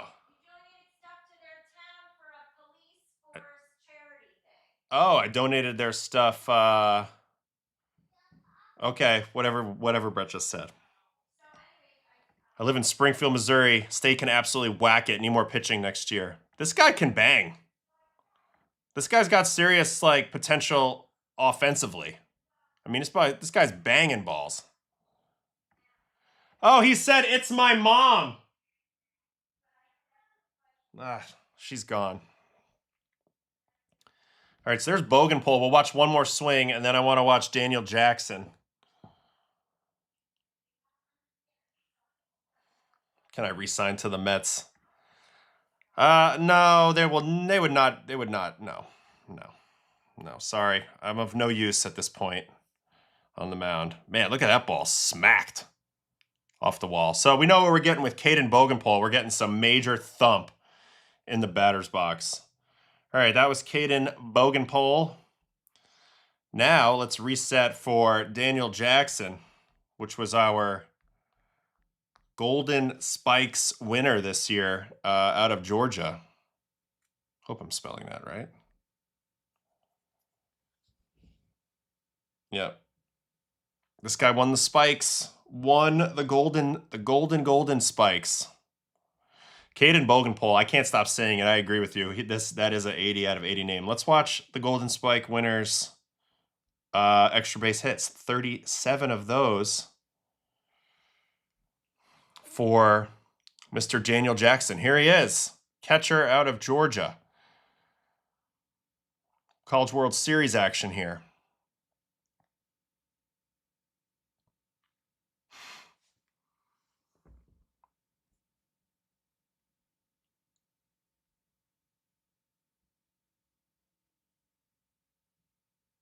When do you think Made will be in MLB? Next year?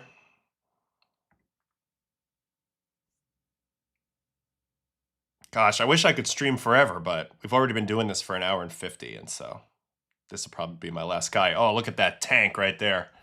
So we got a right-on-right hitting catcher who put up monster numbers in the SEC, won the Golden Spikes, somehow is still the 3rd or 4th highest rated catcher in this draft. Maybe there's some defensive thoughts here. Looking at the swing here, not sure what I think yet. I mean, these are all tanks, obviously.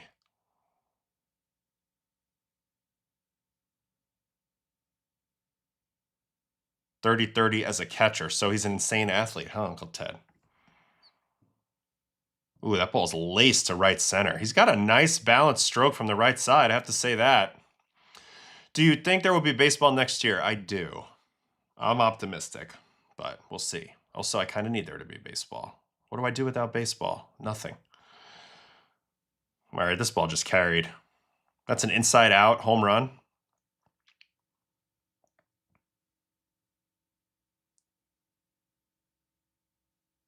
He DH'd a lot. So maybe there's some defensive issues here.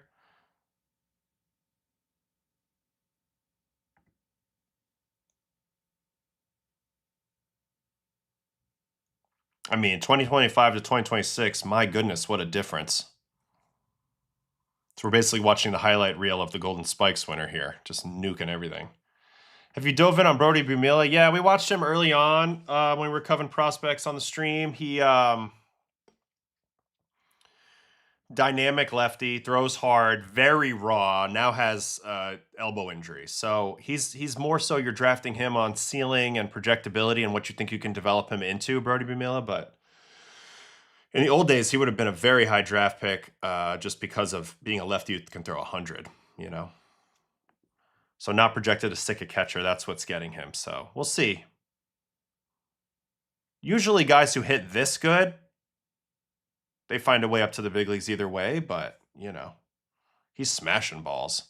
Both Georgia and Georgia Tech are bandboxes. I gave up a home run at Georgia Tech once. Would you strike all these guys out? I mean, yeah. Maybe not right now, but yeah, for sure. I mean, I struck out MVPs, so, you know, it's not like I can't. Not to say they couldn't get hits off me too, but yeah. Have I watched Hunter Dietz? Yes, have him rated pretty highly. I do like him. Left-hander. Arkansas. There are questions to whether he can stay catcher. Great speed, though he could end up in the outfield. So he could be like maybe like a Wyatt Langford or something like that. Charlie Condon. You know, guy banging if he doesn't stick at catcher. You watch, yeah. Sorry. You watch Ace Reese? Yes, we did.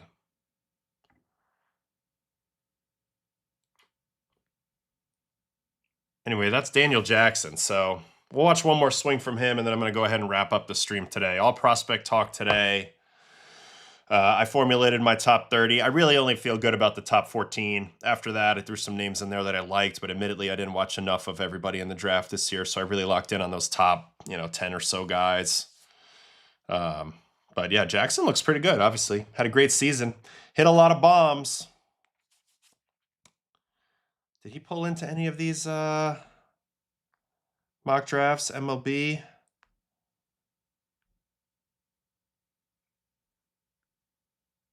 They don't even have him in the top. Well, they have him number 28, Daniel Jackson. Is there a listing here for draft? Top 100 draft prospects? Yeah, here are the top 100 draft prospects, MLB.com. We've already gone over the majority of the top guys. Bo Lawrence is a blind spot for me. Didn't watch him this year. I like this guy a lot. Carson Boleman, he'll be an interesting one. Cole Carlin was one. I was way higher on him than others. 70 grade slider is what convinced me. Zion Rhodes, I'd like to see more. Look at Landon Tomei, number 34. Caden Sorrell. Taj Marchand, that's my guy. James Clark. This was a player I was interesting to watch. Rocco Maniscalco. Let's just quickly watch a Rocco Maniscalco video. He showed off the arm at the draft combine. So I thought at least we'll get to watch a quick video on this dude here. After reclassifying, here's Rocco Maniscalco, another shortstop. This guy's a Northeast guy, I believe. He shares some similarities to Eli Willis, who reclassified into the 2025 draft. Defense is what stood out the most with his cannon from the infield. There's the swing in slow motion. While Maniscalco has looked overmatched at the plate during his. There's the left-handed swing, so hits from both sides of the plate. Love that. I know some scouts actually aren't as big on that now, but I like that. Evaluators willing to cut some slack because of his youth. It's a nice-looking swing from the left side. Hey, Rocco! Though there now are concerns about his hitting ability, most scouts believe he'll develop average or better power once he fills out his 6'2" frame. Maniscalco is presently an average runner, with some scouts wondering if he might get some defense on this guy if we can. Is there any defense on this guy? Here we go. Mississippi State recruits ability to remain. Here comes some defense. Where he smooth actions and projects as a plus defender with arm strength to match. Son of Matt Maniscalco, who made it to AAA as a shortstop looks the part. System and runs its travel ball program. Maybe not as smooth as an Aiden Ruiz, but growing up around the game. Look at that arm. Absolute chooch across the diamond from Rocco Maniscalco. Also down here, a little further down, I'm trying to think who else. There's Joey Volchko. See what it says about him because we watched him a minute ago. He's up to 101, mid-90s 101, 60 grade slider. Only 40 on that curveball. I thought that curveball looked better than a 40 grade personally. See what it says about Daniel Jackson on here.